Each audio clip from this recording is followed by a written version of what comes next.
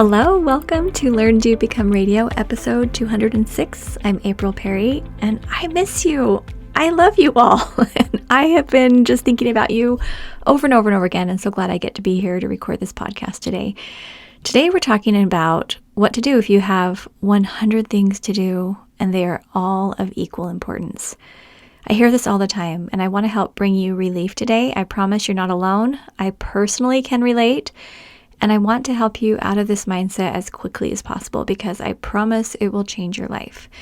If you're listening when this goes live on September 7th, we are starting our last 4 weeks to finished group coaching session of the year. It's awesome. LearnDoBecome.com/4 weeks. The number 4, WEEKS. Go check it out. We're going to help you build your Step Command Central. And of course, we are always here to help you to build your Step Command Central and to wake up excited and go to bed content. We want to help you out of the overwhelm. All right, let's jump into the question today, which is, how can I possibly prioritize my 100 projects when all of them need to be done right now? Now, a project is a multi-step task. That's what we're going to focus on for the sake of today's podcast. But this can also apply to routines or calendared items or, random one-off tasks, things like that. But the reason I want to talk about projects is because most people are literally working on 100 projects all at the same time. And at Learn to Become, we invite you to divide your projects into current, in progress or waiting, next in line, and someday. And I think of it like a little pyramid, and your current projects are just a tiny little grouping, between 1 and 8 projects for the month. And that's depending on how many routines you have going on. So if you're taking care of meetings and clients and, perhaps children, aging parents, things like that, and you're doing a lot of that during the day, you're not going to have a lot of project time. So you're going to minimize that. What happens, though, is when I encourage people to have between 1 and 8 current projects, people get super stressed out and they say, well, I can't choose because I have 100 projects. All of them matter. They're all equal. I need to do all of them right now. I won't follow your rules, which I get, and it feels stressful, and you're feeling maybe panicked, and you think, April doesn't know what my life is like. There she is over in her organized house with all her lists organized, but she doesn't know that I am in the middle of craziness over here. Okay, so I want to pause for a minute because this is why I am where I am now, is because I was in the craziness for so many years and I couldn't take it. It was so bad, and I was so stressed, and I couldn't calm my mind. And I was like, I couldn't do it. So I have spent more than a decade of my life learning how to get out of that and how to help other people out of it. So I hope you'll listen to what I'm sharing today because I get it. You're in the middle of a lot of stuff, but I want to ask a few questions, okay? All right, number 1, what's going to happen if you do try to work on all 100 projects at the same time? And you already know the answer. Either you won't get any of them done, maybe 1 or 2, but you're going to feel stressed and overworked, and you'll run around crazy, probably blaming everyone else for your workload. I have been there, stomping around, yelling at everyone, saying, why is everyone putting everything on me, right? Or you might just sit still and do nothing because you'll feel paralyzed, and you'll procrastinate, and you'll start doing all kinds of random activities, and then you'll end up feeling pretty discouraged. And I see this happening literally every day, where it's either people moving around like crazy or people saying, forget it, I can't do anything. And so working on all 100, it's not the answer. It's just that you're not able to calm your mind enough because you don't have a trusted system. So you feel like, well, at least I need to try. But you're just getting tired and it's not solving the problem. Okay. All right. Question number 2. Do you think that what you are really saying is that it would be ideal for all 100 projects to get done because there's some kind of pain or emotion attached to each one? Now, I may be wrong. I'm not assuming I know everything in your life, but this is what I typically find. Yes, you might be in a hole right now. You might have tons of overdue bills and late projects, and there may be several people calling and texting you to just get on it. But that speaks more to what happened to get you into this situation and this all or nothing approach isn't going to get you out.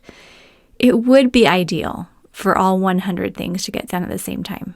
I don't think anyone would argue with you. If I look at all the things in my heart and in my mind and things I think, I wish I could do that, or I want to do that, or I need to do that. And if I could just snap my fingers and have all of those things done right now, that would feel kind of good. I'd be like this automatic relief. Wow. But that's really not what life is. And we need to learn how to work with our humanity, right? Okay. Question number 3. Looking at the 100 projects on your plate, or however many there are, 500, someone's like a jillion, gazillion, something like that, right? Are there any that could be delegated to someone else? Because sometimes we tend to put ourselves in the middle because we think we can do it just right. And there are some projects where, yes, you do need to be in the middle, and I understand that. But often, if you look at your list, there are projects you could delegate to someone else. And if so, that's a great first step because it's a small amount of your time that gets those projects moving forward. So I would start there. Write down everything you need to do, figure out which ones can just go off and, someone else can have the buck stop with them, right?